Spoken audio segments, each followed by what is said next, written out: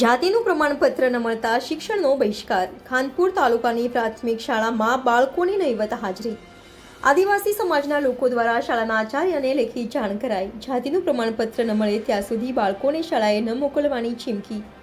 ખાનપુર તાલુકાની અંદાજિત 21 પ્રાથમિક શાળામાં બાળકો ઘરે હાજર રાખવાનો નિર્ણય. જાતિના પ્રમાણપત્રની માંગને લઈ આદિવાસી સમાજ આકરા પાણીએ. છેલ્લા કેટલાય સમયથી જાતિના પ્રમાણપત્રને લઈ માંગ કરવા છતાં પરિણામ ન મળતા આદિવાસી સમાજમાં રોષ. Reporter Sanjay Jaiswal, Gujarat crime news, Mahisagar. કેટલા બાળકોની સંખ્યા છે? 179 સાહેબ કુલ રજિસ્ટર સંખ્યા છે. 1 થી 8 ધોરણની સ્કૂલ છે સાહેબ. 1 થી 8 ધોરણ ભણાવવામાં આવે છે સાહેબ. તો આજે 15 બાળકો 14-15 બાળકો આવેલા છે સાહેબ. પાંચમા ધોરણમાં સાહેબ એક પણ બાળક મારા ક્લાસમાં આવેલું નથી.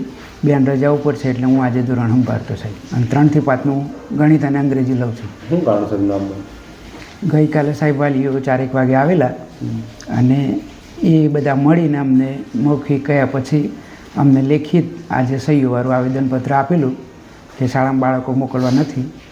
અને એ અમે આચાર્યશ્રી મારફતે તાલુકા પ્રાથમિક શિક્ષણ અધિકારી ખાનપુર બાકોર રજૂ કરેલ છે સર. શું નામ છે? પટેલ ખેમાભાઈ શંકરભાઈ.